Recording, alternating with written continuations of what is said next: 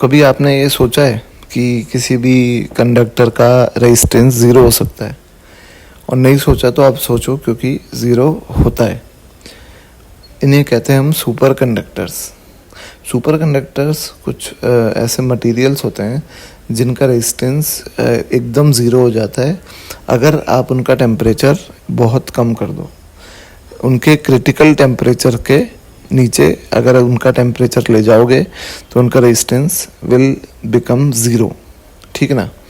तो ऐसा क्यों होता है वो मैं आपको बताता हूँ कि हाई टेम्परेचर पे इलेक्ट्रॉन्स के पास थर्मल काइनेटिक एनर्जी होती है, और एटम्स, जो बाकी एटम्स होते हैं मेटल्स में या सॉलिड में, उनके पास भी थर्मल काइनेटिक एनर्जी होती है और वो वाइब्रेट करते हैं। तो इलेक्ट्रॉन्स को बहुत रुकावट महसूस होती है नॉर्मली रूम टेम्परेचर पे चलने में, तो वो रुकावट रेजिस्टेंस होता है। तो जैसे फर्स्ट डायग्राम मैंने दिखाया है, फर्स्ट डायग्राम में आप देख सकते हो इलेक्ट्रॉन का मोशन बड़ा रैंडम सा है क्योंकि हाई टेम्परेचर है। फिर टेम्परेचर को थोड़ा कम किया तो इलेक्ट्रॉन का मोशन थोड़ा कम रैंडम हो रहा है, थोड़ा सा डायरेक्टेड मोशन हो रहा है एक डायरेक्शन में। फिर टेम्परेचर को और कम किया तो इलेक्ट्रॉन का मोशन ऑलमोस्ट स्ट्रेट होता जा रहा है, और एक क्रिटिकल टेम्परेचर पे जिस पे सुपर कंडक्टिंग स्टेट अचीव हो जाएगी उस पे इलेक्ट्रॉन्स एकदम स्ट्रेट लाइन में चलेंगे। और ये ऑब्वियसली इसलिए एक डायरेक्शन में चल रहे हैं क्योंकि हमने इन पे वोल्टेज लगाया हुआ है, इलेक्ट्रिक फील्ड लगाई हुई है। तो क्रिटिकल टेम्परेचर जो होता है वो इतना कम होता है कि आप देखो कि मरकरी के लिए ये क्रिटिकल टेम्परेचर 4.2 केल्विन होता है। ठीक है ना? 4.2 केल्विन जितना कम टेम्परेचर होता है। और जो सेमी कंडक्टिविटी है उसका डिस्कवरी कैमरलिंग ओन्स ने 1911 में की थी।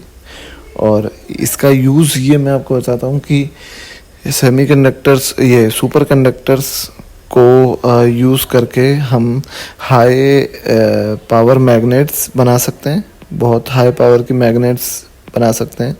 और अभी भी जो हम फ्रांस है उसने इसका सेमी सुपर कंडक्टिविटी का यूज़ करके मैगलेव ट्रेन्स बनाई हैं, जिसको हम फुल फॉर्म में बोलें तो मैग्नेटिकली लेविएटेड ट्रेन्स बनाई हैं, जो कि ट्रैक से कुछ इंच हवा में चलती हैं, टच नहीं होती।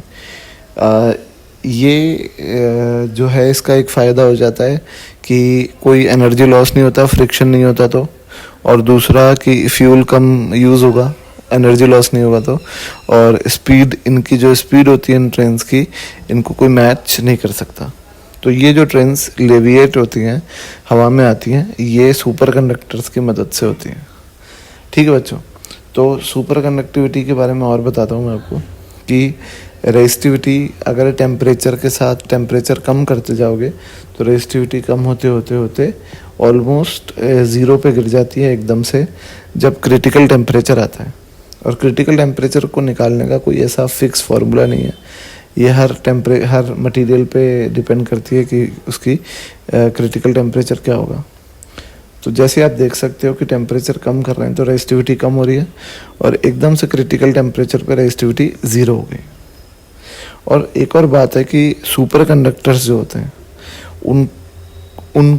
वो मैग्नेटिक फील्ड लाइंस को अपने अंदर से पास नहीं होने देते। आप देख सकते हो कि जब ये मटेरियल जो कि क्रिटिकल से ऊपर है, तो अगर इसका टेम्परेचर क्रिटिकल टेम्परेचर से ऊपर है तो ये अभी सुपर कंडक्टिंग स्टेट में नहीं है, तो ये फील्ड लाइंस को अपने अंदर से जाने दे रहा है।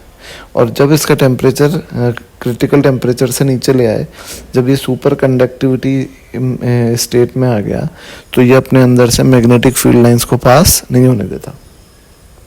तो the fact that super conductors does not allow the passage of magnetic field lines through them, इसे हम मीजनर्स इफेक्ट कहते हैं। मीजनर्स इफेक्ट क्या होता है?